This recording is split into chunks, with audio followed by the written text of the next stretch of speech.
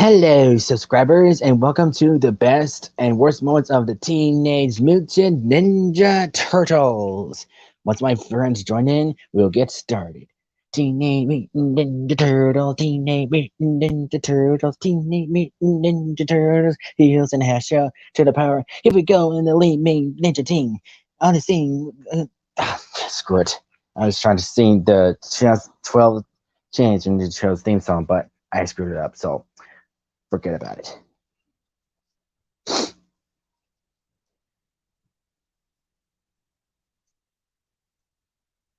And the reason my picture is Kim possible because today is her voice actor's birthday today.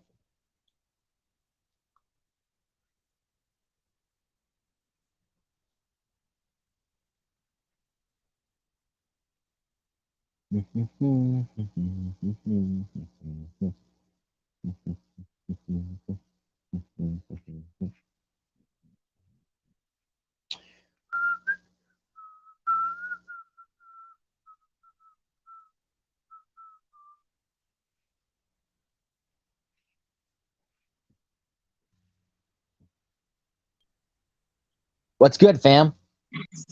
Fam? That's new. Well, I want to try something new. Hello, Galaxy. Hey, What's your profile picture? hmm? What's your profile picture? Blue Eyes White Dragon from Yu-Gi-Oh! Oh, cool. Hey, what's so funny? Yeah, I want to try something new. Like, most people say, "What's good, fam?" So I wanted to try something new. Sure. Anyways, how's it going? Everything's going great, and yeah. Everything is plain simple, just working the road. Cool. Hmm. So, are you guys ready to talk about Teenage Mutant Ninja Turtles? Yes. Like how it. Oh, Well, here's the thing. I never really watched the '80s TMNTs. too bad. Well, for me, it was years ago when I first watched the original. It was back in 2017. You used to have like free episodes on YouTube, and that's when I got it all started. Now those episodes were like really classic. I really liked them. Yeah. Well, yes, I have gotten into it thanks to Blitz, and it did originate when I was just um. It was actually Watch Mojo that first got me like introduced to it, and then Blitz like suggested it. Yeah. Hmm. Cool. Hmm. I watched I got introduced to TMNT as well as little. I used to have a DVD of TMNT 2003. I had 4 episodes on it, so it was pretty good. Then years later, I saw a trailer on Nickelodeon for the new Teenage Ninja Turtles show. So yeah, that was good as well. Just say TMNT 2012. Sure. Well, for me, TMNT 2002 was honestly one of the best like TMNT shows out there. Like, it was really, really good. I mean, it had a really good cast, and I just liked the characters in it. It introduced a lot of more characters, but I mean, it went dark like sometimes, but only for purposes only. Yeah, like I saw a video on Blame on Jorge, I like one of the turtles, I think it was Donnie, went to the future was like an apocalypse and most of the characters died and like I think either Raph or Michelangelo lost his arm, something like that. Okay, so I know which episode you're talking about. Yeah, you got the episode right. It was Donnie, and yes. Okay, yeah. Leo lost his sight of seeing. Raph lost his arm and everything, and Michelangelo became a badass. Yeah, he came very serious. As we just said. Yeah. All right. I don't know if you seen this episode, but I'm gonna go ahead and put it down. Let's see. The Big Brawl Part 1.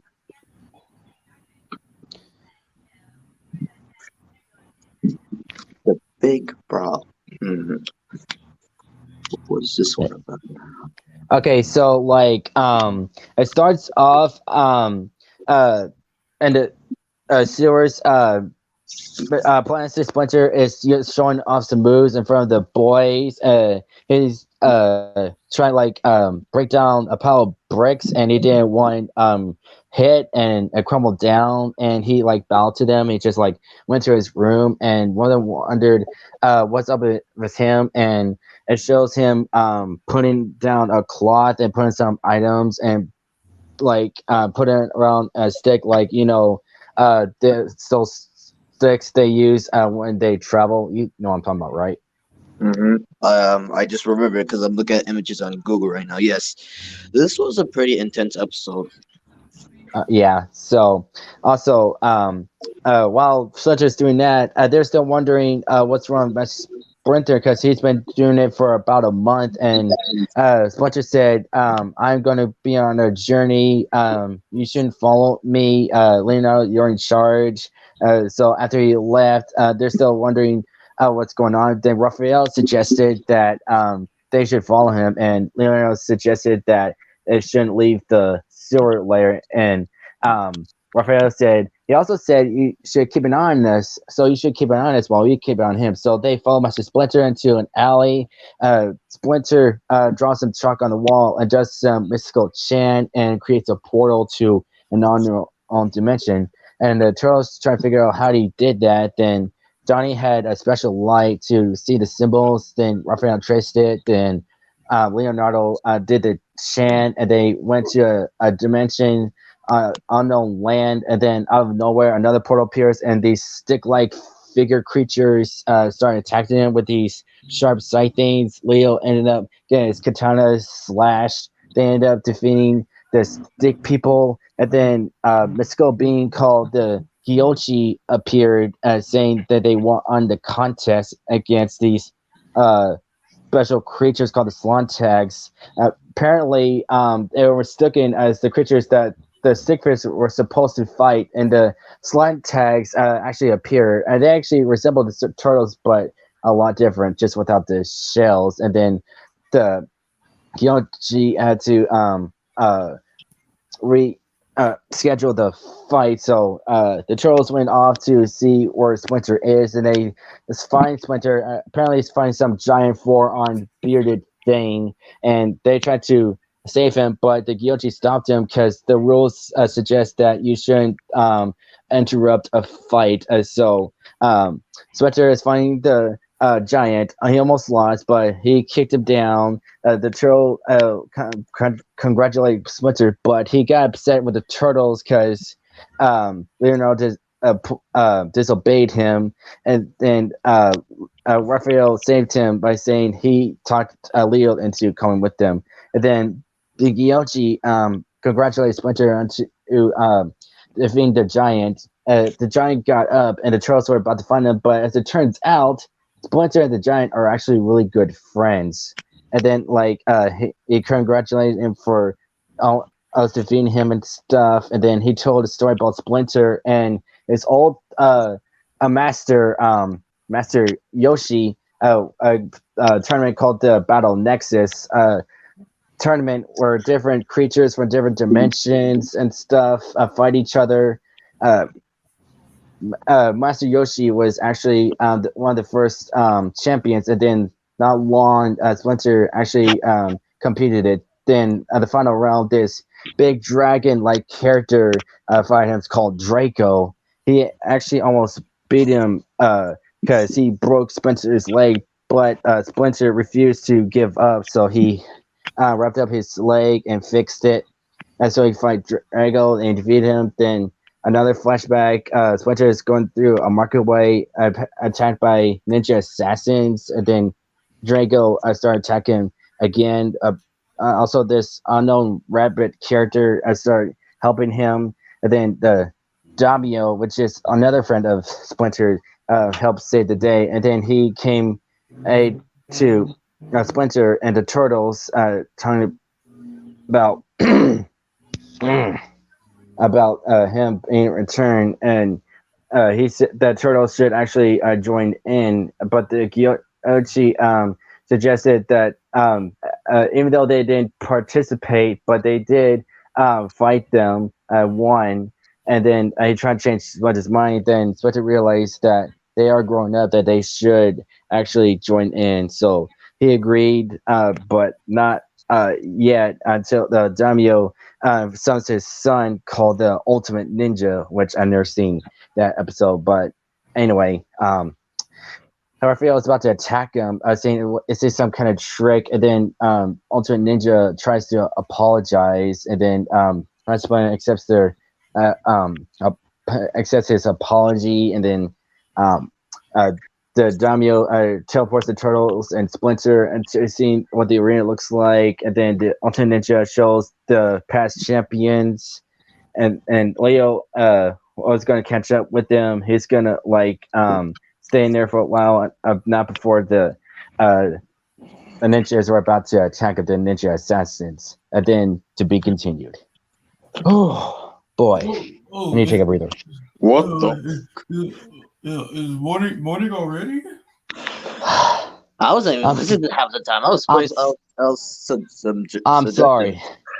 Jeez, you could work better in kindergarten. You could easily put kids to sleep, just like that. Also, did anybody see my comment in the private chat? Yes, I did, but we're not there yet, are we? Kung Fu frogs. Well, let's talk about another episode. Bad blood.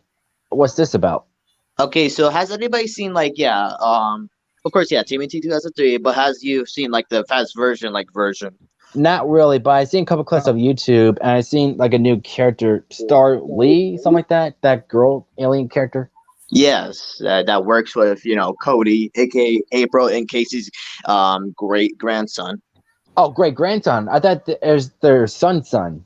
None, yeah. Well, so this is how the episode went. So basically, there's this evil lord called Jack, and he was contacted by Darius Day and Cody's uncle apparently, and he was telling him about how he cloned the turtles into their evil selves, calling themselves the Dark Turtles. Ooh. Mm-hmm. And apparently the episode went like this. Darius wants to the turtles out of existence. So he uses the Dark Turtles for to destroy them and all that. And I must say, with Dark Michelangelo though, he kind of looked like Venom because of his long ass tongue. No, I'm not even joking. You could search up the picture right now. I might look at it later. But is there more to that episode? Yes. Towards the end, Darius keeps the Dark Turtles just in case, if the Turtles get on his way. And yes, he does use them in future episodes, which, goes haywire. But, overall, it was a good episode to see, evil versions of the Turtles. Mm-hmm. Also, hi, Sparkletron Prime. He's a good friend of mine. Right, let's go to the next one. Bad Dreams. Which one is this one again? Isn't it the one with the Dream Beavers? Yes. We got guest stars John Garcia, Robert England voicing the Dream Beavers. This was a good episode, and as when I was little, I just noticed the beavers have the same colors as Ninja Turtles, bandanas and everything. Oh, and also the episode is actually called In Dreams. Oh, that's why I couldn't find it. Thank you, Fresh. So the episode basically starts off with Leo, his legs keep hurting, and then everybody goes to sleep and everything, and then Leo's having this dream where his leg is not hurting anymore, and he just feels invincible until he meets up with one of the Dream Babies, and it was a tense fight. I must say, with all the turtles in each dream, I mean it was going well, but the most fun was with Michelangelo and Dean Beaver, which was pretty cool. And then, we got it. Then April and Casey meets this old guy that's saying like how like the dream beavers are all abandoned and stuff, and he had this book, which if this book was ever broken, the dream beavers would be taken out and come to the real world. Well, and then all the turtles meet up, and they meet with all four of the dream beavers, and they have the intense fight and everything. The old guy comes to the house, and then Casey breaks the book and everything, and they were worried for no reason because at the end they just found out they were just plushies. Yeah, and it makes sense for Robert Englund to be in it because the episode was actually inspired by Nightmare on Elm Street. Yes. Right. Next one. Pizza Face. Pizza Face. I like that. And Pizza Voiced by Face. none other than John DiMaggio. With this episode, yes, it starts out with everybody, getting pizza, but what they didn't realize was the pizza like hypnotized people, like doing what Pizza Face wanted them to do. And the only one that was not like in control was like Michelangelo and trying to find out what was going on. And until he find out who is behind this, some mutated pizza slug thing, and then he tells them that he's like the owner of the pizza place that the turtles always get pizza from until he finds the mutagen. He thinks it's like a secret ingredient until he got mutated and became a living pizza. Mm-hmm. Well, don't forget at the end, he got eaten and he turned into a Pizza Face. Yep. I was just trying to figure out what episode we should talk about next. Oh, I know. Let's see. TMT Mighty Mutant. Wait, no. Wait. That's the name of the group. Not. There's no episode. Battle for New York. Yeah, it doesn't help about saying out loud like gives it away and stuff. Takes away the fun of the next surprise. All right.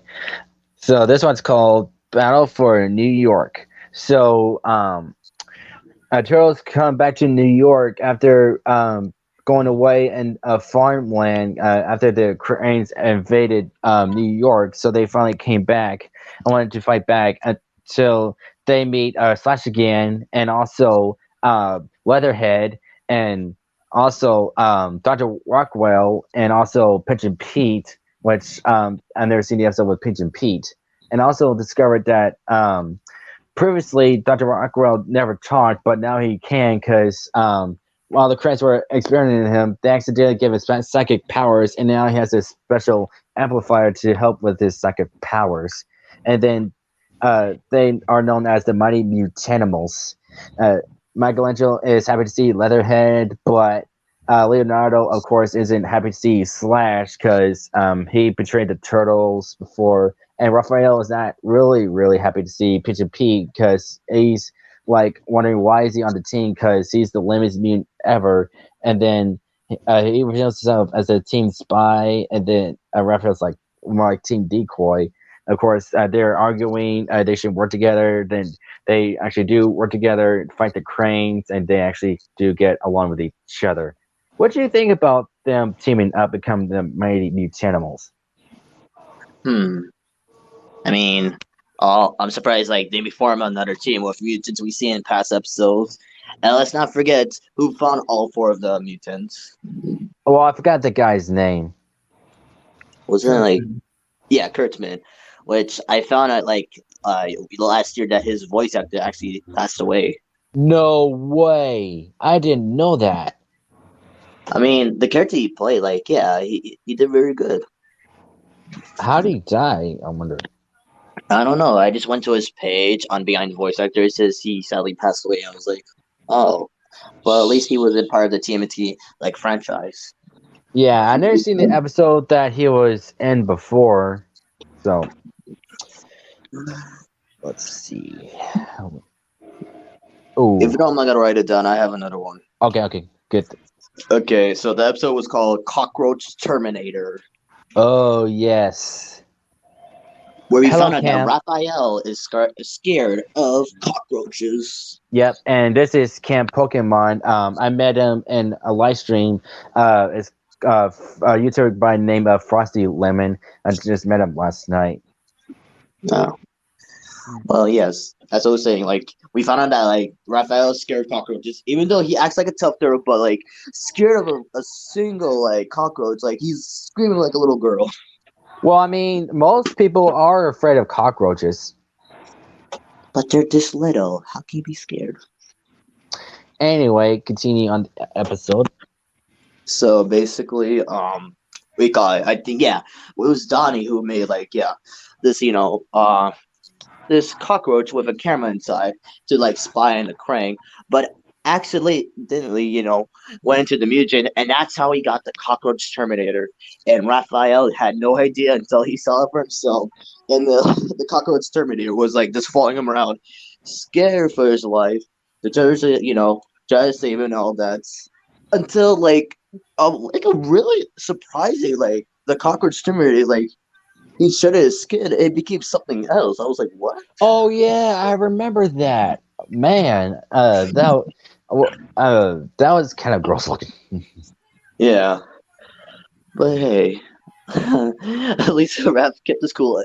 Except what happened at the end of the episode where he What? gets mad at Mikey. What do you get mad at Mikey for? You know, He this, get mad at not the very end. He was just freaking with him. Oh, okay. Oh, yeah. Okay. All right, next one is Mondo Gekko. Yes. Mondo Gekko, who is voiced by Robbie Risk, who you may know, who played Michelangelo from the live action TMNT movie from back when. Yep, which is pretty awesome, and he's one of my favorite mutants. So you want to explain?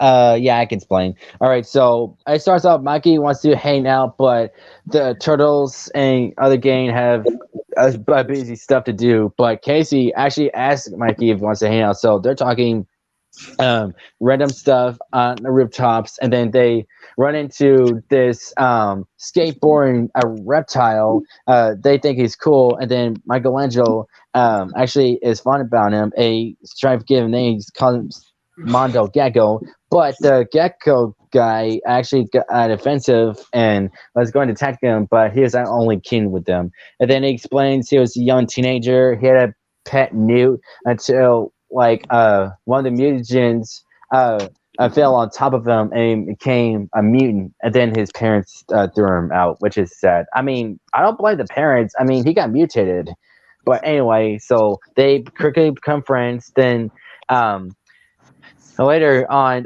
they run into a friend, his master, which is named Mr. X, which is turns out to be Fish Face. Then they have a competition of going through obstacles using a skateboard, and it shows different mutant villains such as Tiger Claw. Was Spiderbite in the crowd? Yeah, he was. He was. Yeah. So along with Snakeweed, Pizza Phase. There was also like Bebop, who else was there? Rocksteady, Yeah, Razar, Rockstar. and Baxter Stockman, or Baxter Stockfly, as he is known for. But anyway, don't forget also the Mafia team. Remember what Don Vizziotto? Oh yeah, that's right. It's been a while since I've seen an episode, but any hooser. So they do the competition, the rest of the game, find them, and then they won, and then Fish Face was like confronting Mondo Gekko that you cheated or whatever. I can't remember what exactly, and Mondo Gekko is like, my name is Mondo Gekko. So he tried to attack him, but no prevail. And then Fish Face got defeated, and then Mondo Gekko became friends with the turtles. Well, Mondo Gekko was, what? Yeah, I was about to say it was a very interesting episode, especially with Razor's parts. Remember that? Yeah, and like stuff I was trying to get sit down, and Roger was like, "Take a seat, you idiot!" And then he threw some at him, and then like Starfly just vomited crap onto Tiger Claw. He's like, "You did not just do that." And I just remember like Bebop's reaction to that. Well, I didn't know Bebop actually reacted to it. Hmm. Yeah. All right. Next one is Turtle Temper. I don't think I've seen this one. It's the first appearance of Spiderbite when he was a human. Oh, all right. I'll let Bliss explain since I know Fresh doesn't really like Spiderbite really well. But of course, I could explain it, but I still hate him. I can still explain it, but go ahead, Blitz. Okay, so the episode starts off, with the Ninja Turtles doing what they do best, and then we call it. They meet this really, really bitchy guy. At first, like, yes, Spider-Man's original name was called yeah, his name was Vic, which he was like, "What are you doing?" And like he was wondering why there was no signal because he was watching TV or something. Oh, you guys missed. Yeah, we do watch a lot of Timothy because it's really good. As I was explaining, yes, like, he was angry. It was he pointed at them. He was like, "Kung Fu frogs," and of course, Raph gets mad. He tries to fight him, but like they're holding him back. And eventually, later in the episode, he got kidnapped. And like the turtles like go to their cranes like laboratory and try to like find out what happened, and eventually he was trying to grab his phone and there was a spider next to him, which explained why he got mutated to a spider that gave him the name Spider Bites. Yep, and he still called them Kung Fu Frogs, but credited him saying, "We're not Kung Fu Frogs, we're Ninja Turtles." And fun fact, he is voiced by none other than Louis Black, aka Anger from Inside Out, Mm-hmm. which I didn't know until later on, which is pretty fit for him. Even though he's a bit of a dick, but it's still dick his design. I mean, who wouldn't dig his design? I mean, you wouldn't see a spider that look like that, and the legs are like on, like sticking out of the back like that, and the like mutant type stingers. They're still cool looking. Mm-hmm. All right, next one is It Came from the Depths. The first appearance of Leatherhead. Yep. Fresh, can you explain this one, please? All right, so there was a word about a dangerous mutants in the sewers, and the turtles go figure it out. They soon confront Leatherhead, mutated alligator whose uncontrollable rage is against the Krang. So they take him back to the lair, and of course he starts going berserk because, well, anytime the word Krang is mentioned, he just goes all out and starts grabbing Donnie by the face. One of the many running gags. I know, like he grabbed me by the face. I know. And then actually, Mikey became good friends with Leatherhead. He's trying to like comfort him and stuff. He actually didn't name Leatherhead, which he accepts. Oh, I'm And sorry. Who's explaining this? Is it I me know, or Owl? I know. I was just helping you explain more, but continue, Freshie. Yeah, and another thing, I'm just keeping it short and sweet and simple, okay? So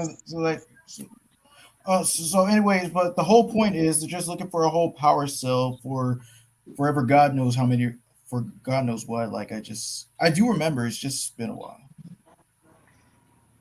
Yeah, it was something like that. And of course, the reason Leatherhead hates Crane so much in the first place because he was like a young baby alligator who was like lost in the sewers. Then the Crane captured him and mutated him.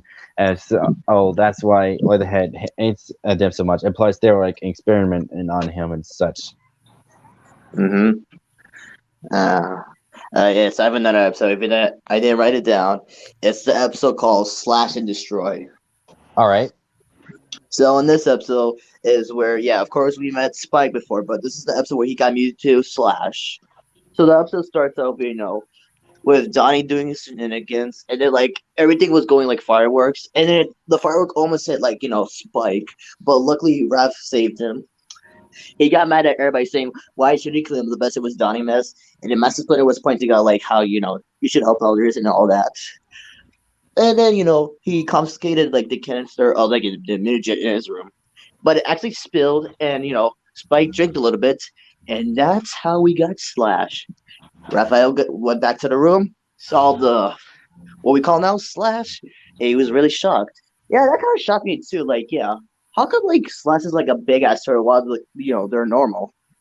Probably because he's a different species of turtle. That's probably why. Hmm.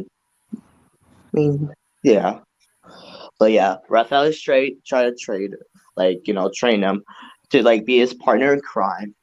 But he takes it a little bit too far when he beats the shit out of Michelangelo and Donatello and take their mask and like finding out like what he actually become because of the Mugen like fucked up his mind. Like and then like well when Mikey was trying to like help Raph, Slash actually did like a perfect impression of Leo, which led him to get beat the shit out of. And what you call meanwhile, Leo's trying to find like the Kennesaw Mutagen, but he has to like have a tea party with this little girl. And then Raph and Slash start fighting, and Leo helps out, and Leo's shocked that's Spike, and like Raphael did the thing where Split It did him earlier on the neck. Slash fell down, and he was never seen again until a later episode, and that was it.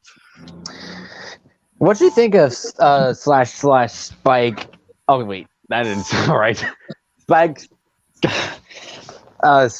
Spike slash. Oh my god, this is ridiculous. Wow, this is Spike slash.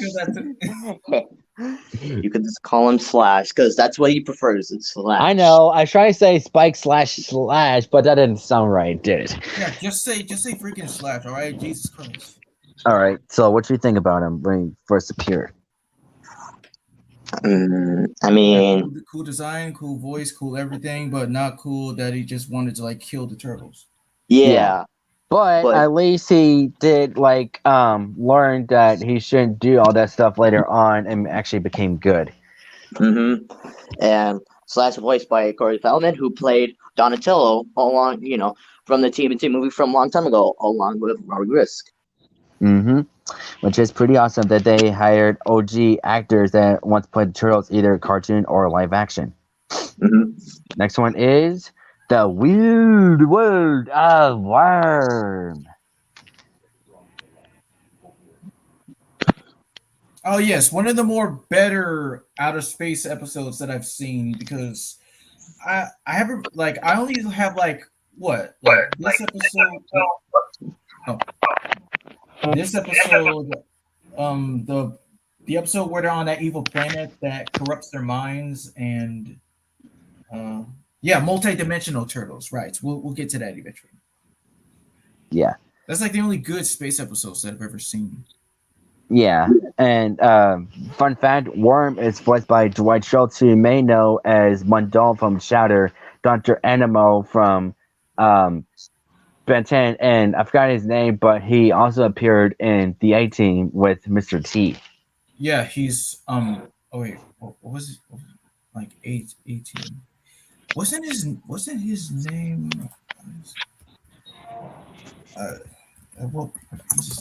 18.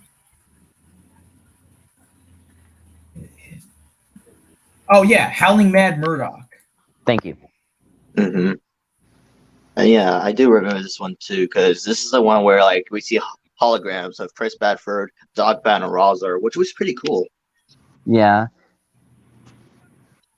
Well, the reason why, because Chris Bradford is Dogpound and Razor. No shtick. I know, but it was still cool to like see all three of them in the room, even though they were in holograms. Yeah.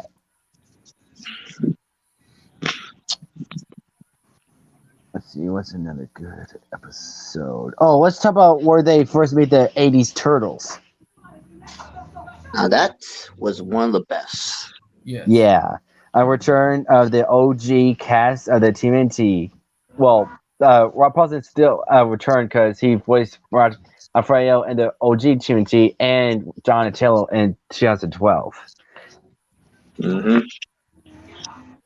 So as it starts off, if I kind of hello Kevin. Hey Kev. So let's see if I remember this correctly. They're in space, doing their own business. Where Portal out of nowhere shows up, and they go to this cartoon-like dimension, and they see versions of themselves, but more different. And then one of them had like a blaster-like device at them, and they're alarmed. They're gonna attack them, but they say it's like a dimensional ray or something like that. As they like call them to them, as turns out like they need their help and such, and they actually uh like uh run into their own dimension, which is another a different like back in time, whatever. Like, and then like the 80s shows actually became the 3D, which is actually pretty interesting looking. Then they run into their old enemy, which is Crane Subprime, and it turns out that Crane Subprime and 80s Crane are actually cousins. They're like working together, try to annihilate the turtles, but it turns out like 80s Crane was planning to destroy the dimension. And but Crane Subprime actually got infuriated that he's planning on to do that, and he said, "This is the reason why I sent you into that one dimension because you are so stupid, man, uh, a lunatic, a maniac, a dingleberry, and such." Cousin, please don't disperse me out of space. We are one with each other. So they attacked both cranes. They sent Crane Subprime into one dimension, and then they part ways, and that's how the episode ends. Hmm. But remember, the end of the episode, like that's how we see a clip from like another episode with Tiger Claw. Oh yeah, that's right. Cause he like in a worm outside type thing from Dimension X, and the HRs are about to find it, and then out comes Tiger Claw coming out from his belly. I got something similar to that movie. You ever seen that movie Turtles Forever? Pardon? Yeah, have you ever seen the crossover called Turtles Forever? No, but I've seen some clips like Raphael breaking the fourth wall. Like one, for example, that guy with a claw marks on his neck. I forgot his name. Is he blonde by any chance? Because I think I know who you're Yes. talking about. Han. Yes, Han. Right. Anyway, here's that. This first clip shows I was asking, "What is this?" One of them said it's just ooze. Talking about Shredder, but getting different nicknames, and he had no idea what he was talking about. Then Raphael breaks the fourth wall. Was like, he's been a steel trap. You know what I'm saying? And then he's like all confused and stuff. But then next clip showed him being mutated, and then Raphael's like, "So what's the new look?" And then the mutant turned him. The last thing he touched, mutant turtle filth. Then Raphael breaks the fourth wall again, saying, "It's not true. We shower you regularly." And they were all in confusion again. And then Han is like, "You will pay what you done to me." And then Raphael broke the fourth wall again, saying, "Something's never changed." And then Han's finally like, "What? Who are you talking to? Why do you keep doing that? There's no one there." I wish I ever saw that movie. It looked pretty interesting. It was really, really good. Although the original actors that played the OG Turtles didn't return because, yes, it was a crossover with TMNT 2003, which at the time was owned by an anime company back then, which, I'm not angry with because they had like other anime voice actors voicing the OG Turtles. Well, I mean, it's understandable. Of course, like WA for Kids is kind of like an anime-based channel, so. Mm-hmm. Do you want to? Is there more you want to talk about Turtles Forever? I mean, yeah. Of course, you did sell Shredder's new look, and for like 2003, right? It was really good. I seen like pictures from the game. Teenage Mutant Ninja Turtles Smash Up, which is a fighting game. I have a Mhm. Wii. And really surprising, the 2003 version of Shredder was actually like an Ultron inside, which in the 2012 version is like cranked to them, which is pretty shocking. Yeah, I prefer Crane over Utrom. Although, in the game TMT 2000, oh wait, no, TMT Smash Up, there is a character fighter called Utrominator, which is Utrom built into a suit. Mm-hmm. And but the only Utron you can actually be fun with is Bishop from like 2012. Yes. Oh yeah, that's right, because he is a good one. Mm-hmm. And like finding out the Crane took his like design for like those like pretend suits like they would always wear, which Yep. hmm and finding out like they used the color blue instead of purple. Yeah. And what do you think about Bishop? He's a pretty cool guy. I got introduced to him in the War for Dimension X, where they go to the Dimension X and meet the Utrom, and that's how I got introduced to him because I didn't see the episode where they first met Bishop. Well, before meeting him in like the 2012 version, he actually appeared in the 2003 version of I know. TNT. He's actually a bad guy. Well, he was a bad guy in like that version, but in Fast Forward, he was actually a good guy for some reason. Oh, really? Yeah. Huh. And speaking of movies, at first, you want to talk about the one from 2007? Yes. Please do. And I'll help. All right. So yes, it's ever since with the turtles finally defeating the Shredder, they've now are in like yeah. So they just everything's just been downhill. I mean, not really downhill. Just times have changed and stuff. Like Leo has gone off by Splinter to train better, to come back stronger as a leader and stuff.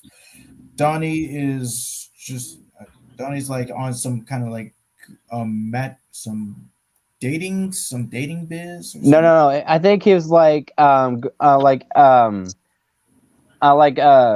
a technician type of person, but like someone to take their calls, something like that. Yeah, thanks. Michelangelo is in the entertainment business.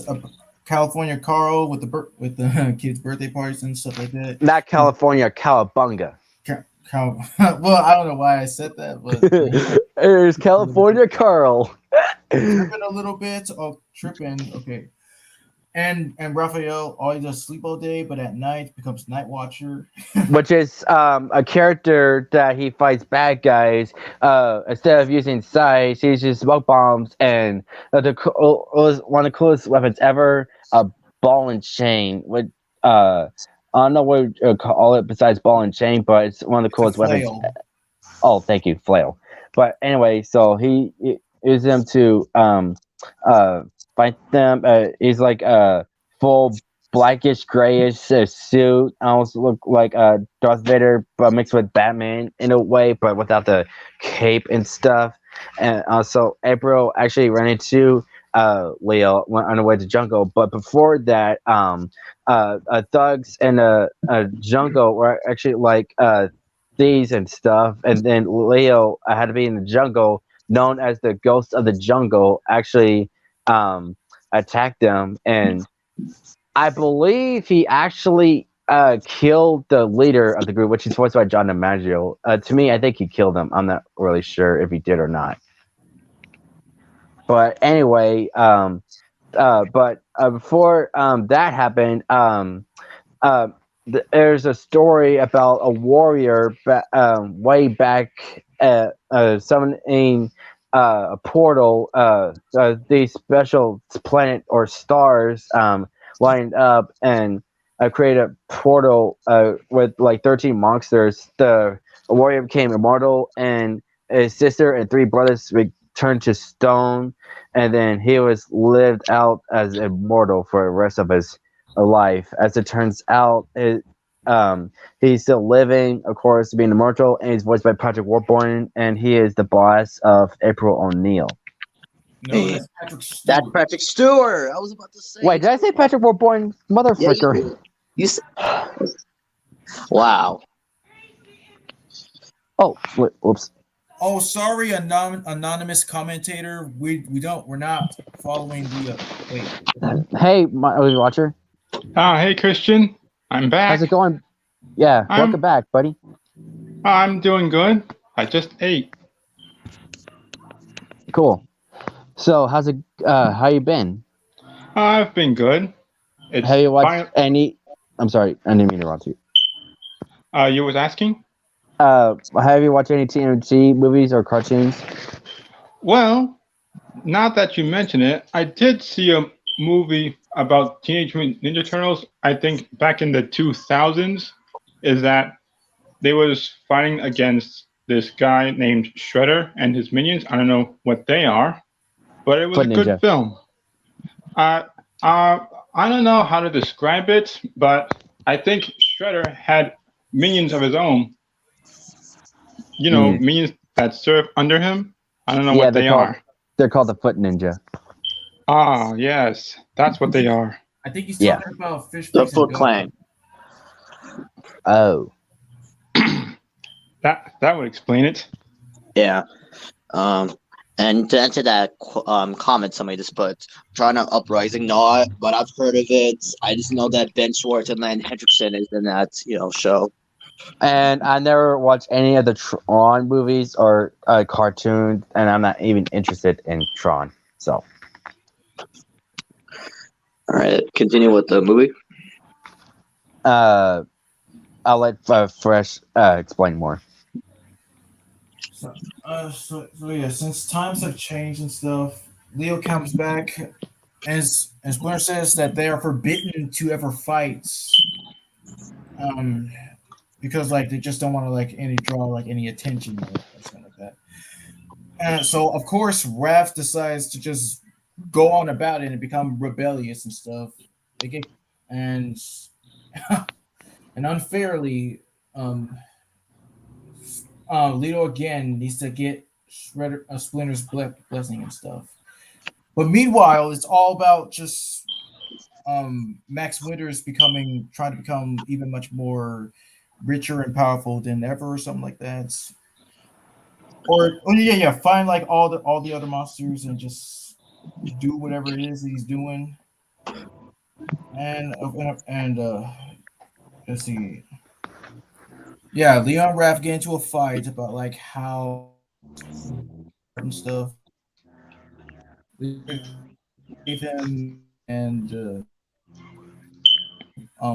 Winters has a little bit of a change of heart and departs from the earth. Yeah, like he does have a change of heart, but the his brothers and one sister actually like want to like break the curse, so they won't do anything until the last monster is found and stuff. So the last monster is sent to the portal.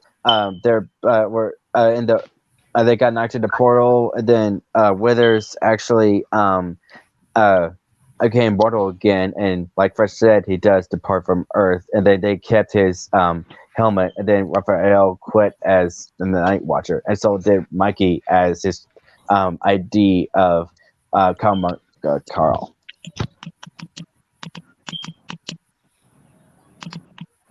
Otherwise, it was a pretty good movie. It was my childhood, and a really good cast. Animation is good, and overall, really good. Yeah, and yeah, the cast. Yeah, I love the cast. Like, yeah, Leonardo was voiced by Jason Altull, who you may know as Johnny Ted. Raphael was voiced by Nolan, who you may know as Deadpool from the video games. Michelangelo was voiced by Mikey Kelly, who you may know as the Silver Surfer from Superhero Squad. And Donatello was voiced by some guy not named Mitchell Whitford. Not much about him. All I just know he was from the Transformers Robots in Disguise from 2015. Oh, I did not know that. And also, Yeah. I'm sorry, what?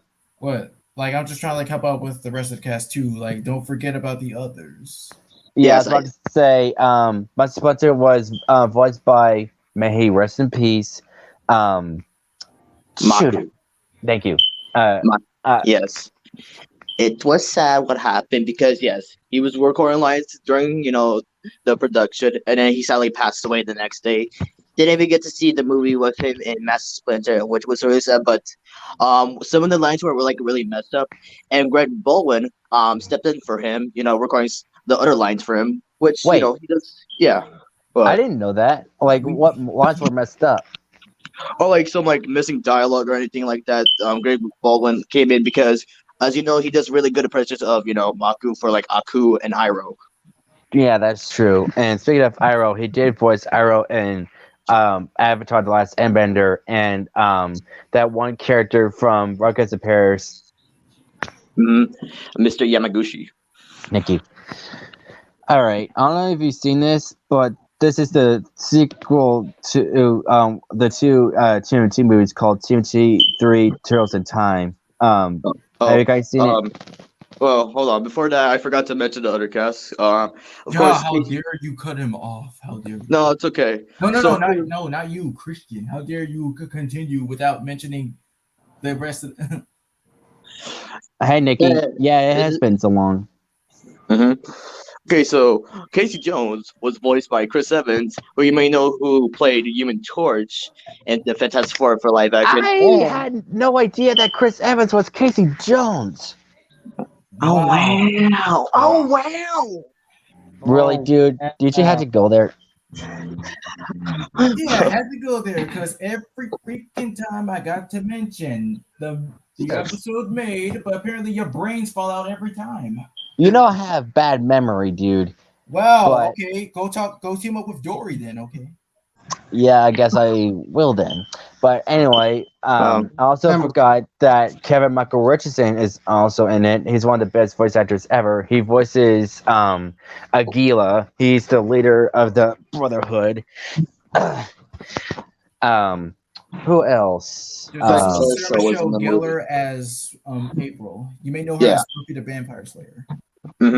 Well, I've never seen Vampire Slayer. She also played Everybody out Daphne. there, dingus. Yeah. She also played Daphne in the live action Scooby-Doo movies, which she did really good with. Wait. Which one? The first movies or the Mystery Begins one?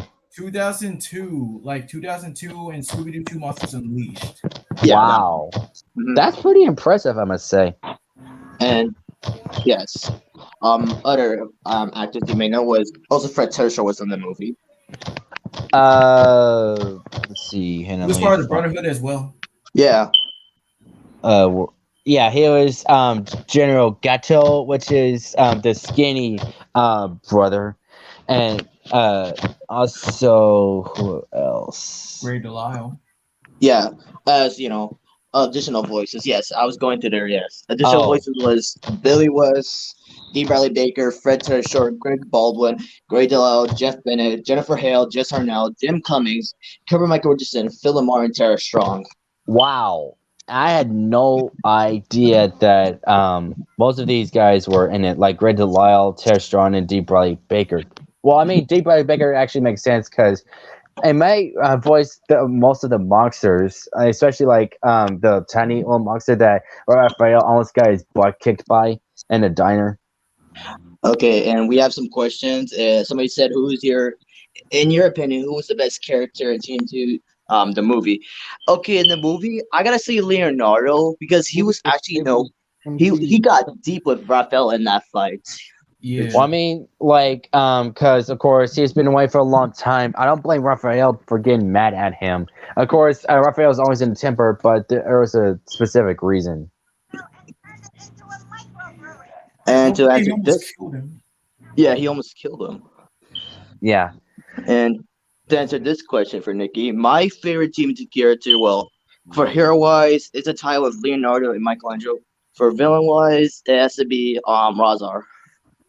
I like Razar, Mondo Gekko, and Leatherhead.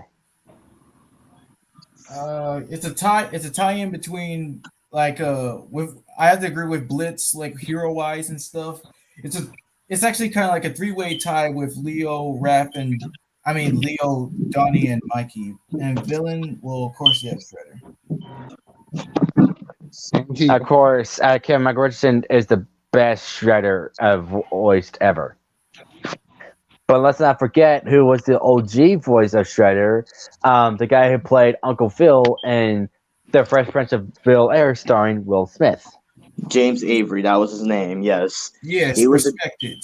Yes, respected. Like I didn't have no idea that was Uncle Phil voicing Shredder the whole time in the OG, which was shocking.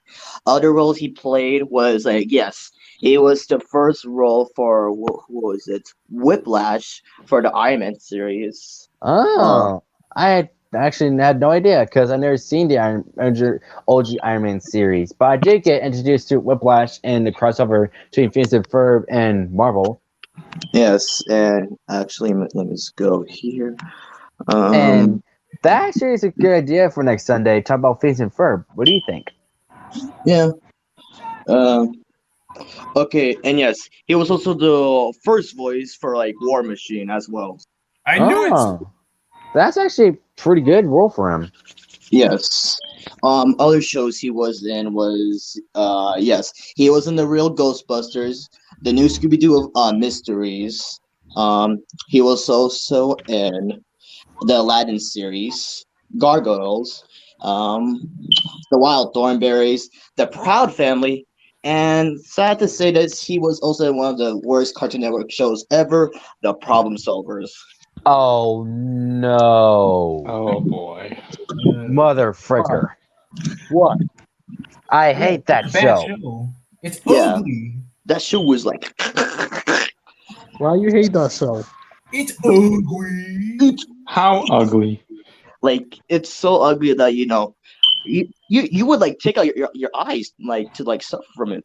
Yeah, one character looks like a big turd. Anyway. Yeah, you know what that one turd looks like? He looks like the coffee beef from the regular show. Coffee. Remember? Oh, Alfie. Yeah, I regret watching that show. Oh man.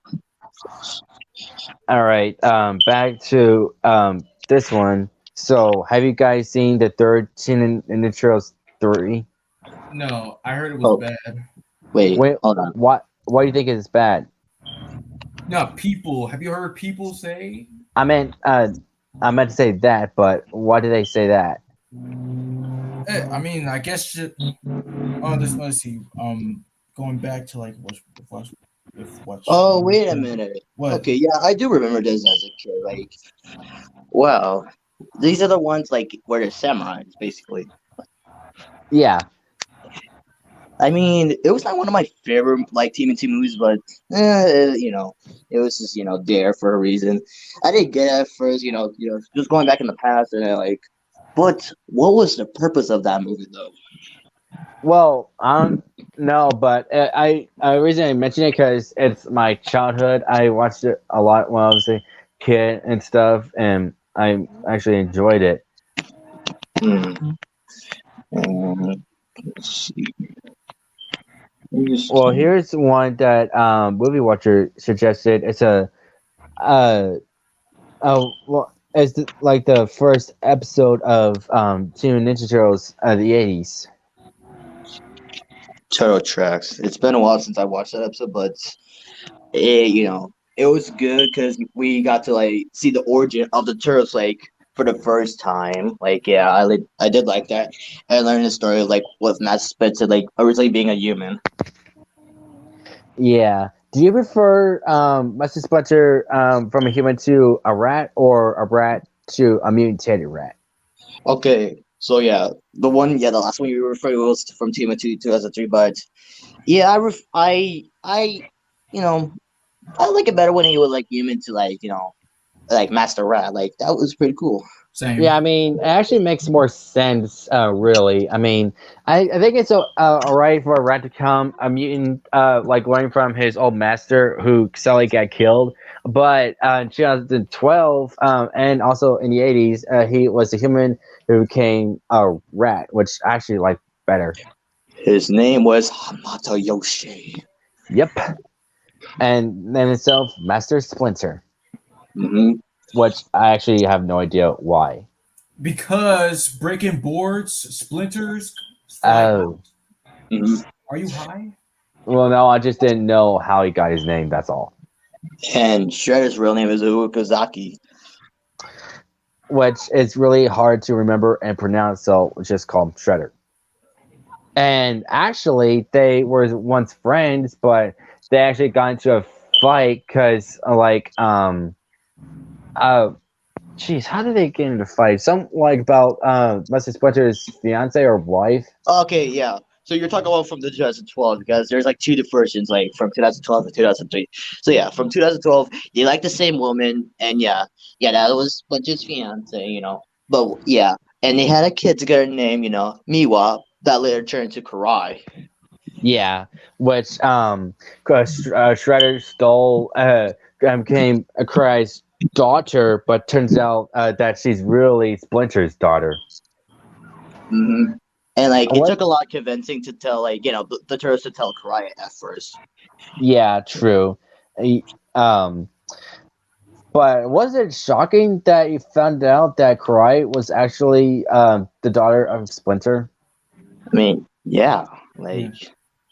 like seriously, like even like the picture Master Splinter has of him and like her and the wife, like remember that picture, right?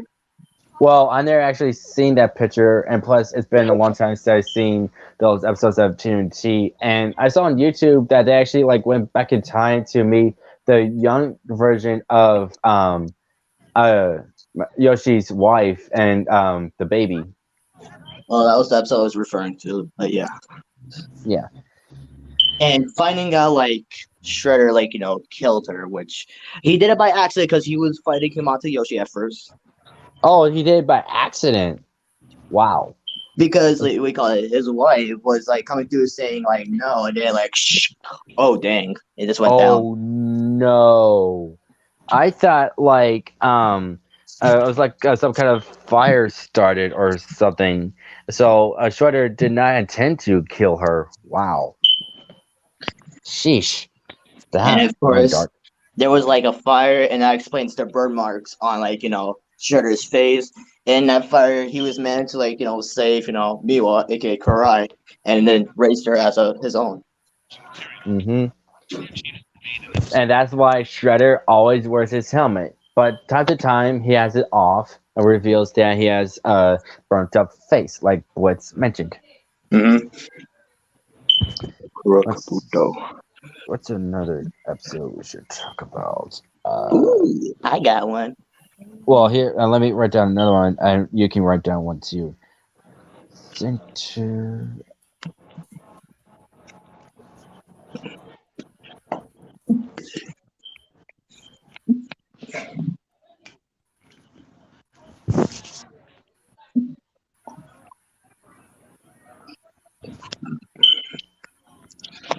Teenage Mutant Ninja Turtles was on Nickelodeon, and I watched it when it was same. Everybody did. All right, what's up? So you want to talk about, Christian? Oh, what were you going to write down? Oh no, I was gonna let you go first, then I'm gonna put mine down. Okay. Center of Mikey. Journey to the center of Mikey, like Oh. Mikey's mind, but close enough. Would you like to explain this one, Blitz? Don't remember that much from the episode. Like, first, you want to explain it? Okay, even though I've seen a little bit of it, I'll try to. I mean, all it is just entering in Michelangelo's mind about like the memories that he had, the different emotions that he and the late Charlie Murphy made a guest appearance. Wait, he did? Wow. I didn't know that. Shocker. And yes, rest in peace, Charlie Murphy. He was one of my favorite actors, and he is the brother of Eddie Murphy. Yeah. Which I got introduced to Charlie Murphy in a movie you probably never heard of. It's called Our Family Wedding. For me, it was Norbit. Makes sense. Somebody just said they're ready for Sonic 2 on April 8th. The Legend of the Kuro Kabuto. Yes, which we got introduced to. Bebop and Rocksteady when they were humans. Yes, Bebop's original name was Anti-Sack. Well, like, what was like Rocksteady's real name? Okay, it was Ivan Storenko, and it's actually Anton Zek. So basically, Ivan, aka Rocksteady, hires Anton to steal the Kabuto from Shredder because he wants to collect everything. Um, like first he got it, and we call it um Shredder sent out like four of his best mutants. I mean, if you count um Stockman Fly for that matter. And for some reason he didn't talk about it, so like he just made buzzing noise. Maybe Philomar wasn't like available. Maybe. Yeah, it's true. Yeah, that could be it. Yeah. So basically, the teams were like Tiger Claw and Razor, and it was Stockman Fly and Fish Face trying to find it. Where they happen to like run into the turtles and like try to like find the Kabuto too. And this is the episode where they're trying to like save Karai as well. And just trying to go find it and everything. They managed to get it from like Anton and everything. But here's the thing: Shredder sent out a trap where like it was not actually crying; it was actually a robot that like blowed up and everything. But they was just trying to save Cry and everything, which I could get. And remember, this was around the time where Leo was voiced by Dominic Cantrambone. Yeah, because the original voice, Jason Briggs, says something on social media really offensive, where like What they did had he to do? fire him for that matter. What did- It was mentioning like the private parts of some senator's daughter or something. Oh No, it was my wife, god. which was not pretty cool. But I prefer Seth Green's version for this, like TMNT 2012. It was really cool. Well, I'm glad that in TNT 2012, Leonardo was voiced by Seth Green, which you know by not Peter, Jesus. Chris. Thank you, Chris from Family Guy, and also Abe. What? What? Nothing. What? Anyway, also A-Bomb from Hulk and Agents of Smash, and also many voices in Robot Chicken because he's like the producer or creator of it. Creator. Yeah. Next one is Super Shredder. Yeah, after the battle where Shredder got badly beaten when the Turtles came back in time to save Splinter, thank God. Setting everything right. The mutagen is revealed to be really unstable, but Shredder wanted to do it because, of course, just power hungry and vengeance fuel. So yeah, he turned into an awesome version of Super Shredder, and yeah. So later on, he just challenges Splinter to just confront him, so he could just finally put an end to him. So yes, they just battle on and on and on, and then it was all like, no, Saki, we die together, and then yeah, it was very cool. Yeah, but you know what happens next. Yeah, we're not there yet. Oh wait, it's another episode, not in the same episode as Super Shredder. My bad.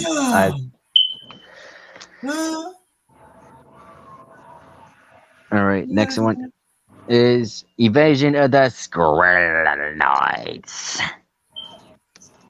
Do you remember that episode, the mutated scroll things? Yeah. When is Blitz muted? Yeah, he is. Okay, I was wondering why it gets crossed. Okay, I'll wait till he comes back. You're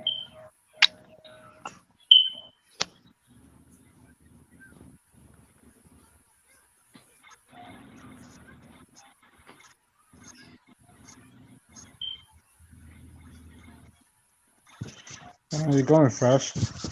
Everything's going quite fine. I mean, we're kind of like recovering here and there in streaming now because it goes like an off switch. It's just on and off whenever I need to like recover. But I'm fine. What is that beeping? What? You know, one of those like one of those, in houses where it has those like what smoke detectors? Yeah, that's what those things are. Huh. You know, where it's constantly go like on and off, like beep. Yeah. And how about yourself? Turn out fine. Turn out fine. I went to church this morning That's nice. and take a rest and watch Good. some movies. Same here too.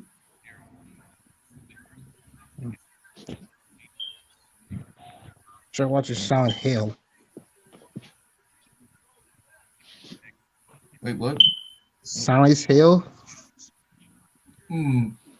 I'm never really heard about that one. Silent Hill for the movie. Oh yeah. Oh, I mean, oh yeah, but still, like I just never really seen it before though. Yeah. Well, you didn't heard of this movie? Hey, look, there's gonna be some movies that I do know that I don't know that I want to that I just want to forget about here and there.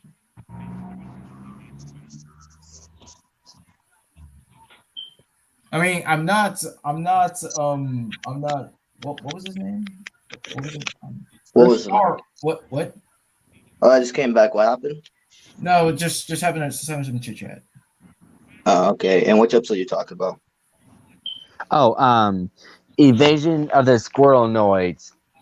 Oh yeah, I remember that. Like the mutant squirrels and everything. Ooh. Yeah. Want to explain that one? I don't remember that much. I just remember that there were mutant squirrels everywhere. That's it.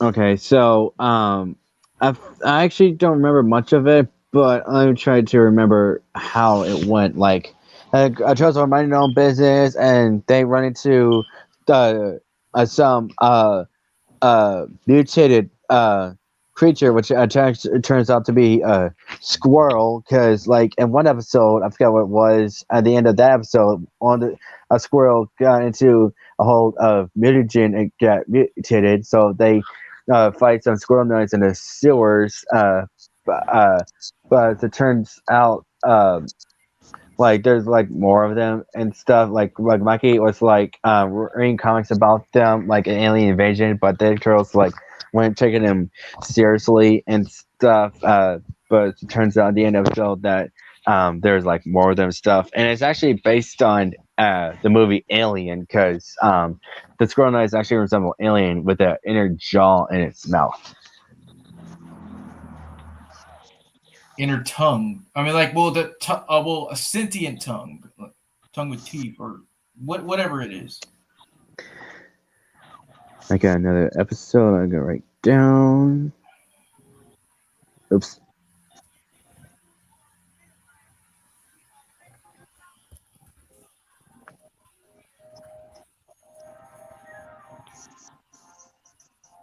Oh yeah, that's a good one. Yep. It's, oh, Butch is muted again. Tale of Tiger Claw. Yep, the first appearance of Alpex and the origin story of Tiger Claw, of how he got mutated. Wait, is this the one with fucking Bebop and Rocksteady like rapping or something? Yes, I saw that clip on YouTube. That was funny as heck, and because there were the three were sitting in the van, and Bebop was up front, Tiger Claw was up front too, and Rocksteady's in back, and Yo, G, you want to hear my mixtape? And Fresh, do it. Okay. Oh yeah, funky fresh beats. Listen to this. Drano Rocksteady, ever represent. would you boys be quiet? It's just so funny. I wonder how much fun Fred Chester had doing that, and it could sound like a freaking monkey. But overall, with this episode, finding out like Tiger Claw had a sister and had like a dark childhood, which like what happened to their parents and everything, and how they actually got mutated, and this kind of got dark, especially with the fight with them. And Tiger Claw like tried to fight back, but like she cut his arm off. Like she's Yeah, and they showed it on a kid show. It's like guys are moments, but they showed a character getting sliced arm off on a kid show. Man, what Damn. you expect? Different adaptation. I mean, Wait, could you imagine like 5 or 6 year old seeing that actually got scarred for life? Eh. Mm. All right, next one, the pulverizer. Oh, I also Thank- forgot to mention, like, yeah, after the like his arm got cut off. Remember, he did get a robot arm, which is pretty That's cool. right. And later episodes, yeah, it did get a robotic arm. Damn, So, Tiger Claw got everything taken from him. His eye, his tail, his arm. What the hell? well, his tail also came from Alpex, which she actually has around her waist as a belt, which Yes. is not cool. The pulverizer.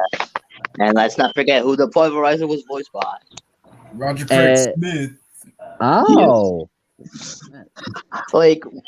Like 2 years ago when I was rewatching TMT, like I was wondering who is that? Like, because I was recognizing the voice, and I went to behind the voice actor. I was like, oh no, wait, it's Roger. Because yeah, it was Sonic. Like he kind of used his Sonic voice. oh, I did not realize that because I never seen the episode where he first appeared. But I did see the episode where he's like with the turtles, and he actually got himself mutated. Yes, into Mutagen Man. Yep. Which I haven't seen that one either, but I did see some clips where he actually talks in this staggy type voice, which you can really not understand him well. Mm-hmm. And let's not forget, Mutagen Man was originally voiced by Raw Paulson in the OG. Yep, which is like a brain skull. It's kind. I don't know how to explain it. Let me just find a picture on the computer so you can see what he actually looks like. So without me explaining it, so here. But my opinion on the pulverizer when he was human, yeah, he seems innocent, like just trying to help the turtles out, even though like Donnie had to take care of him for most of the time, trying to train him a little bit. But finding out like he was part of the Foot Clan, like that was like surprising. And then just him, he just wanted to get mutated like the turtles, but he didn't turn to a Ninja Turtle. He just turned to like a full like mutagen for that matter. Yeah, because he didn't get like in contact with anything that he touched, like any sort of animal or anything. Yeah, exactly. So that was him in the OG, everybody. Yep. And just give me a second, and I'll show you what it looked like in TNT 2012, which I think looks a lot more cooler.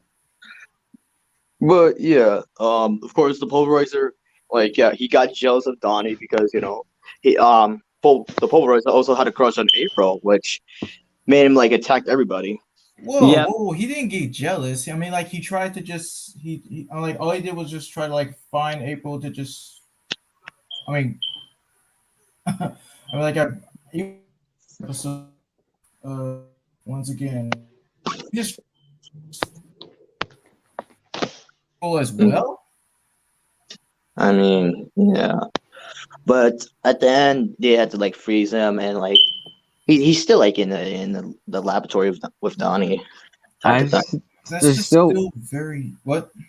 I just wish that they had a cure for him.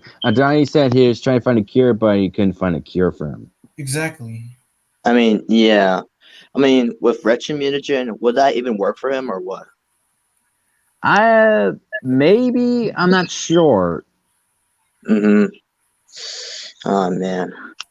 I got the next episode. Well, while you do that, I'm gonna play a sound clip of Mutant Man from 2012 so you know what he sounds like.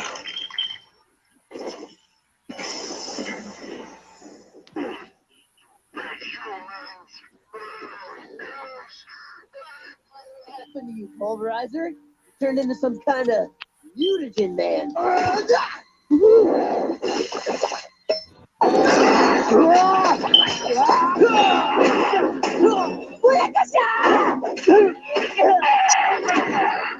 Yeah, so you hear like a saggy kind of like walkie-talkie type of voice, which is very hard to understand him. We get the concept. Okay, so let's put in the next episode. Well, yes, it's basically because Princess Elise wasn't really that much good of a character that they say that she just bland. She doesn't really do much. Too much of a damsel in distress. Oh, I know this episode. Is that the one where April's dad comes a No, no, bat? no, no, no, no, no, no. That's not the one. Oh, This is a different one. This is the return of Wingnut and Screwloose. Oh my oh, I god! forgot about those two, based on Batman and Robin. Yes. Wingnut was voiced by Darren Norris, which is really funny because Darren Norris played Batman years ago, and Screwloose was voiced by Jeff Bennett. Yep. Do you have the excuse me, greatest voice actors of all time, especially Jeff Bennett? And yesterday, I actually a couple of times Jay Brown theme song because nostalgia and because it's catchy. Man, pretty. So basically in this episode, yeah. First you want to explain half and I explain half? You do. Like I saw this episode once, but just one time. Yeah, because remember when we used to do movie nights? It was just you, me, and Galaxy. And yeah, the first time we watched it, you thought Screwloose was voiced by Alexander Paninsky or Danny Cooksey for that reason. I did, but yes, it is Jeff Bennett apparently doing the voice that he does for characters like Larry Sanderson and Simpson and yeah, that nerd from The Replacements. Yeah. So basically in this episode, of course, Mikey's always reading his comic books and all that. And just wants to be with his heroes for that matter. And yeah, I did here. And it says here, yeah. They came out straight out of a comic book in some way. And they were helping him, all of Casey, saving crime and all that. But it took a twist when they both turned evil because something happened to them, and they were creating chaos. And out of nowhere, this big looking guy from the comic book as well came out, was terrorizing everybody as well. And the turtles and with everybody else was trying to figure out how stop it. But at the end, they always do to stop it. Got every back in the comic book. Wignuts and Screwloose were back to normal as well. They became heroes again, and they went back to the book. The end. Yeah. But I was surprised they were in the original series as well. Oh, they were? Yeah. And yes, yeah, because I do believe that in the OG one. Yeah, okay, so it shows here. Yes, Wingnut in the original series was voiced by Raul Paulson. And we call it Screwloose. Wait, where are you?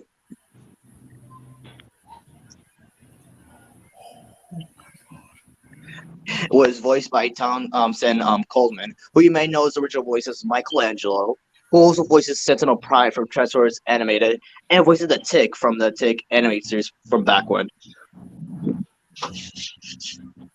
Alright. Oh, what's this episode about? Oh yes, this episode is the final battle with Super Shredder. So after the tragic freaking death of Splinter in the previous episode. Yeah. Okay. So yeah, I remember a little bit him, him passing away again, and by Shredder again. That's remember the first time what Shredder did to him? Yes. Well, yeah, I do remember that, and I actually didn't know that. Shredder actually killed Splinter when they were trying to Triceratons, but actually showed that when I found a YouTube video of a Comic-Con thing on Nickelodeon where Casa T TF12 was talking about it and Greg Sykes was talking about it, and they actually showed a clip and I showed that, and it was so super shocking. And yeah. Oh no, I was just reading from the private chat. I haven't seen TMNT, The Next Mutation. I know it's a Canadian version of TMNT with Canadian actors that I'm familiar with. With I actually have the DVD series of it, and it involves a female turtle named Venus de Milo. Mm-hmm. And what do you call it? Yeah, I know some of the actors in there. Yes. Surprisingly, Matt Hill, who was Ed from Ed and Eddie, played Raphael, which is pretty cool. Really? Yeah. Wow. Cool. And we call it yes. Another person I know was Kirby Murray, who played Michelangelo. He was a Canadian actor that sadly passed away back in 2021. Oh, Uh, he died last year. Oh my god. this is the same guy, who voices Cyclops and what was it? It was X-Men Evolution. Yes. Oh man, I forgot about that. Man, he's such a good voice actor, especially for Cyclops, which did a pretty good job. Yes, but he was also known for Ninjago. Right. He voiced one of the ninjas. Yes, he is voice. What was it? Cole, the Black Ninja. Yeah, which is based on Earth powers. Yes, but after his passing, Cole was, taking the role from Andrew Francis, who took the role, and Andrew Francis, as you may know, is Gil from Johnny Test. Yeah. Anyway, continue on, Obari. So yes, it is the final countdown. Everybody gears up. They face Shredder's minions until the Turtles take it upon themselves to defeat Shredder. Leonardo is the one that finishes the job. Yep, he sliced him off and took off the helmet. So yeah, it was just really intense and stuff. It was like one of the best fights that I've ever seen, and and to just think that Shredder was almost about to he did have a moment where Leo did ask him that is being a monster and a demon his destiny. And it was like, no, I like what have I done? Like, yeah, what have I become? Yeah. Next one is, I think his name is Baxter Stockman. Hey, look, it's Dexter Spackman. It's Baxter Stockman. It's one of the funniest gags ever. Just purposely forget his name. Hey, for Storkman. It's Baxter Bughead. Where's Dexter? It's Baxter. Or as Dog Pound calls him, Stickman. Stickman, where are you? I want to see what you turn into. Probably something ugly. Stockman! I know you're in there somewhere! Oh, man. Yes, this is where we get first introduced to Baxter Stockman, who was voiced by Phil Lamar. And this time, yes, going with his African American because there was a white version. Wait, yes. I didn't hear you because there's like static. What'd you say, Fresh? Well, Baxter Stockman is one of those characters that go through different interpretations. Like sometimes he's black, sometimes he's white, sometimes he doesn't mutate into a human fly. With April, yeah, she could be a grown woman or a teenager or black. Yeah, which is the black part, which is in the new TMNT, Rise of the TMNT, which is very disappointing. As it turns out, there's this mysterious ninja woman who turns out to be a female version of Casey Jones. Shocked Pikachu face. Yeah, but okay, yeah, because in the original Baxter was like white, but at least he turned into a fly. But the most messed up Baxter Stockman I ever seen was the one in 2003. Because I seen video of the voice actors, and there's like different pictures. Like he went through different times. Like he had his own bodysuit, his own head, his own brain and stuff. Yeah, but yeah, continue with the episode. Think it's Baxter Stockman. So of course they made him. He's working for Shredder. He creates these minions called the Mousers. Whoa! Slow down there. He did not work for Shredder yet. Oh, I got mixed up there.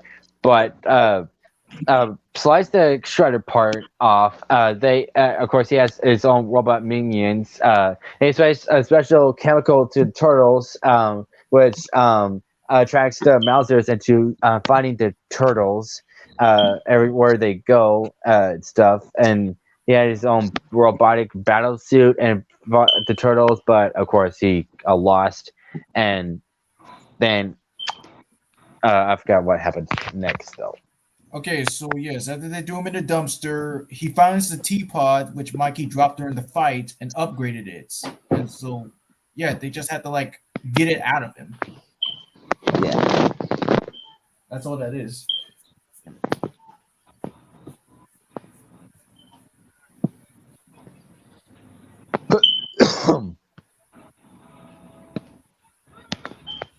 Same. I haven't watched Ninjago in years. Yeah, I stopped watching Ninjago because I kind of got bored of it, but I still like the theme song of it. Ninjago, Ninja, come on, we do it again. Just jump up, kick back, whip around, and spin. Oh Uh, yes, I remember watching that show. Yeah. nice.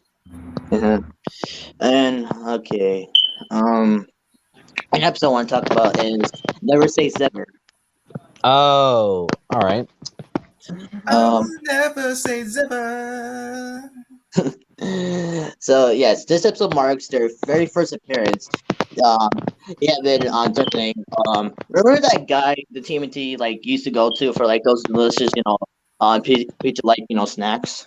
Isn't it Mr. Murakami song? Yeah. The Oh big- man. The fact that he's Yeah. blind, but he is really nice guy. Mm-hmm. Yeah. Um. And what do you call it? This is like he was threatened by the Purple Dragons. Yeah, the Purple Dragon contains like Fong, the leader, voiced by Andrew Kashuni, who you may know as Shredder from Batman vs. TMNT. Not only did he voice Fong, he also voiced Sid, the big dude with the bandana. The other dude, Titso, was voiced by James C, who you may know as Monkey from Kung Fu Panda Legends on this awesomeness. So basically, yeah, he was getting threatened and everything, but the Turtles came in, but there was like a little bit, Leo helped Fong a little bit because there was something happening. If you remember that scene. Okay, so he actually Leo actually spared Fong's life. He wanted to like just punch him, but he just spared him. But Yeah. it was actually Fong who helped out Leo. You meant? Yeah, like pay, like he wanted to repay him, like for like showing him mercy. But Yes. yeah, overall, and I do believe yes. Wait, was this? Was this also the one where? No, I don't think this is. Okay, yeah, never mind. No, I was like, saying if this was the same episode, like the one where they get mutated, like Sever and Bradford. Yeah, But no. it's not. That's the gauntlet. Yeah, the gauntlet. But Christian, what's your suggestion?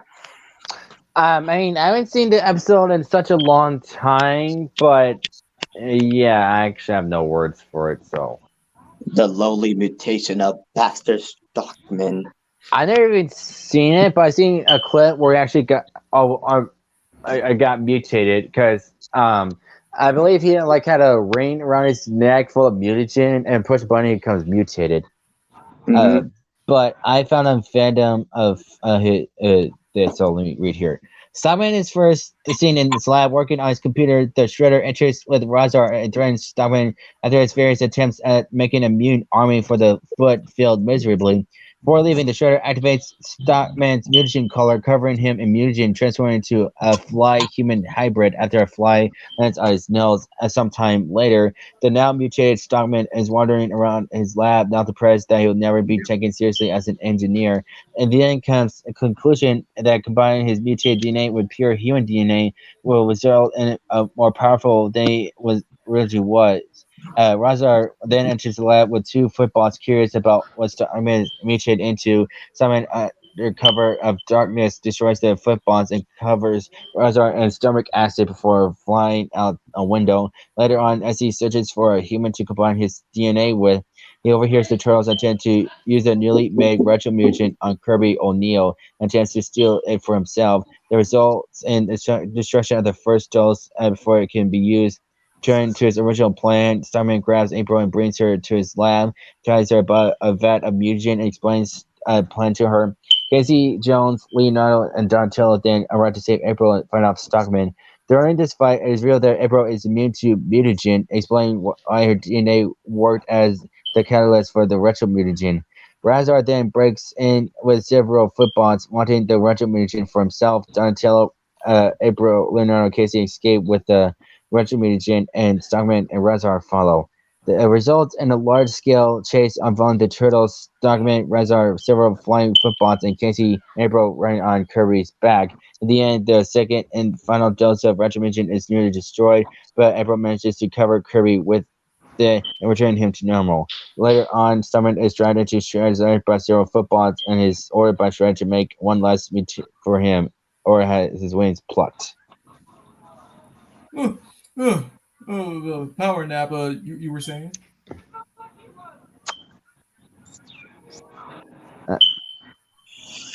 So yeah, that was the mutation of Baxter. Yeah. And what was it? I was just trying to think of. Oh yes, you remember that episode, The Creeping Doom? Oh yeah, where they meet a mutated plant thing, which is based on Jason Voorhees. Oh yeah, I'll talk about his second appearance. Oh. Like yes, in this one, we call it, yes, he is, still in the lair because, retrieving him from, like, the woods and everything. And, of course, Donnie still has the claw of Snakeweed, which, what do you call it, out of nowhere, what do you call it, what was it that, like, brought back him back, what was it? Oh, yeah, it was the brainworm effect, like, he was trying to do it to, the grape or something, the creep actually turned smart, and he got the snakeweed claw, and that made the creation of Son of Snakeweed. That's really strange, And we got the two teamed up. The turtles try to find them. We call it who was that? Well, I just remember somebody ran them over, and they both combined into the creepweed. That was Have you seen the creepweed? It's been a long time since I've seen it, but I do remember that creature.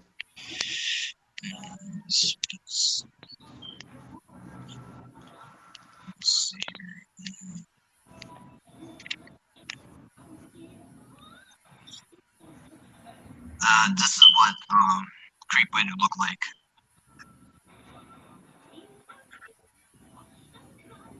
If you see in my profile. Oh. Well, that's pretty weak. Oh no, it's much bigger. I mean, if you ever saw the episode, like.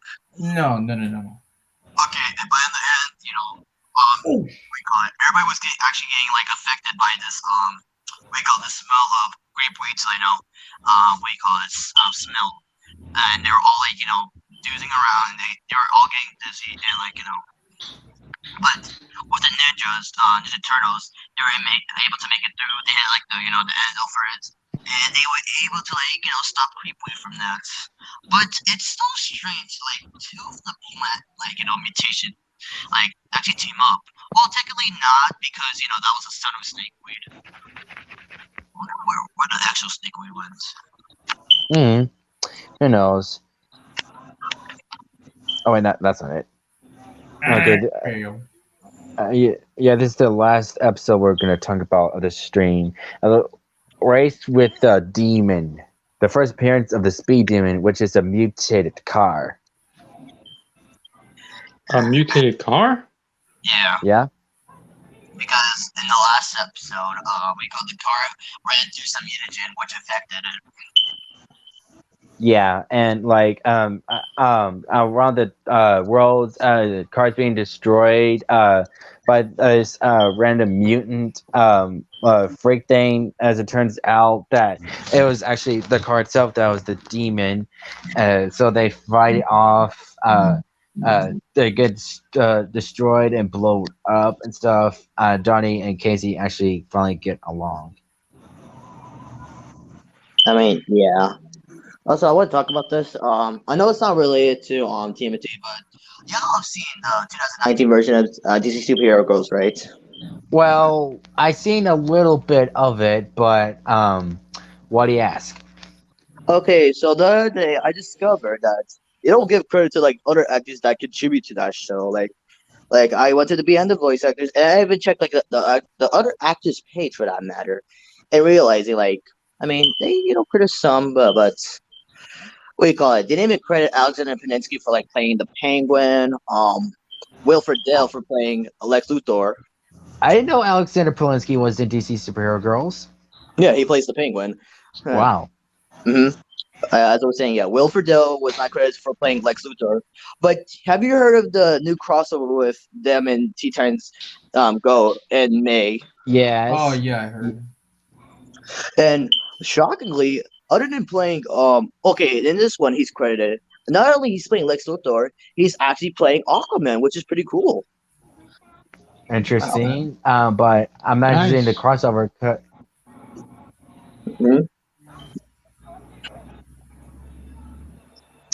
Yeah, but I'm not interested in the crossover because, of course, I hate Teen Titans Go. It's so crappy. You don't need to whisper. Just say it out loud for all to hear. Nobody will care. Yeah. See, I we- know. We all agree that like it sucks. Other people that were like not, credited. Bobcat Goldthwait was in that show. And Fresh, guess which villain he played? Okay. I mean, so it's gotta be. I mean, yes, he of course he could go crazy, but hey, he's got range apparently. But okay, yes, okay, I'll give you another hint. It's like a lame villain. lame. Yeah. Lame. Okay. Okay. Worst. Okay. What? Like, Condiment King? Yeah. Oh wow! Shot right in the dark right there, and they just had to give him. Jesus. And then I credited him for that. Like I don't know why. And I was surprised he played the Riddler in the 2019 version. Fresh, you might know him. Surprisingly, he plays another green character. Wait, not another green character, but you said it's 2019. Oh yeah, you said 2019. Yes, I'll give you a hint. This person, yes. No, like I'm really shocked he plays another green character. So like he plays two other green characters. One is an alien and one is a wannabe superhero. I want to be superhero. All right, I give up. I'll give you a hint. The wannabe superhero is one from one of Nickelodeon's worst shows ever. Oh, wait, yeah, I got it. Yes, David Hornsby.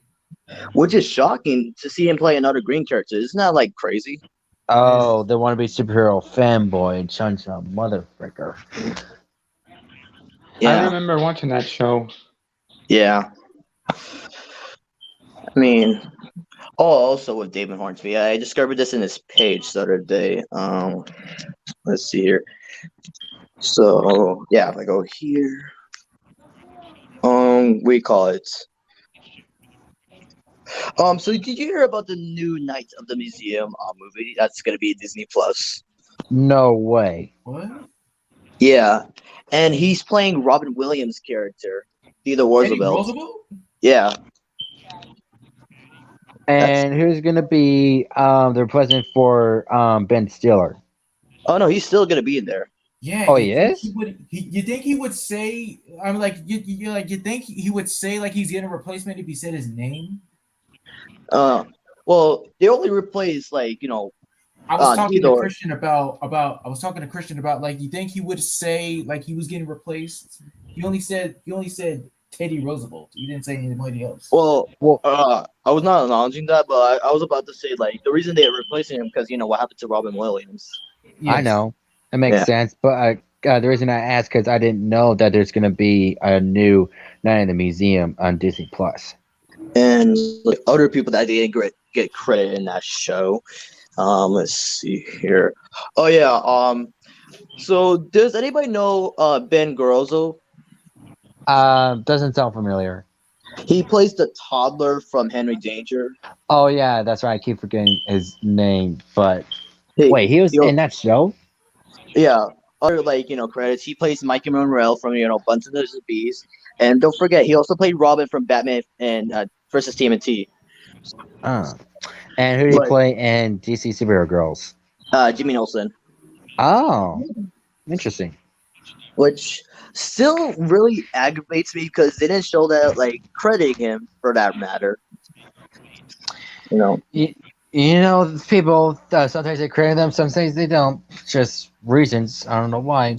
It just sucks. and Hey, who just else? being rude. That's all that is. Yeah. And then one last person. Yes, yes, yeah, that's right. And Bane is been played by Eric Lopez. Do you know him by any chance? No. Okay, so first you might know him from Spectacular Spider-Man. Elaborates. Let's just say he played somebody's brother. So he was. So I mean, you could just said Molten Man. Oh, no, wait. Yeah. No. Wait, what? Yeah, it is Molten Man. Yeah. And we call it, if I'm not mistaken, yeah, if I go down here, he's the replacement for Hank Azari's character, Bumblebee Man. Oh, Yeah. And he also played Blue Beetle from Young Justice. that's cool. Yeah. But still, you have to give credit to these people because they work really hard to, like, do this show. Don't even show credit for it. That's, like, messed up. And do you remember, like, last time we were streaming, I told you that Naked Funman was an Uncle Grandpa? Yes. Want to see one of the characters that she voiced? Yes. All right. That's one of the characters. Oh, okay. Yeah, her name is Isabella from the episode Inventor Mentor. Oh, okay. Yeah, she's Well. Italian. Oh, okay. Well, this episode was really good. Yeah, this year was a pretty good stream. And how would you guys like to talk about Phoenix and Ferb next Sunday? Yeah, that'll be good. Yeah. Good idea. Mm-hmm. All right. I'll see you guys then. And you guys have a great week tomorrow. See you guys. Say But All right. Good to be here. goodbye, everybody.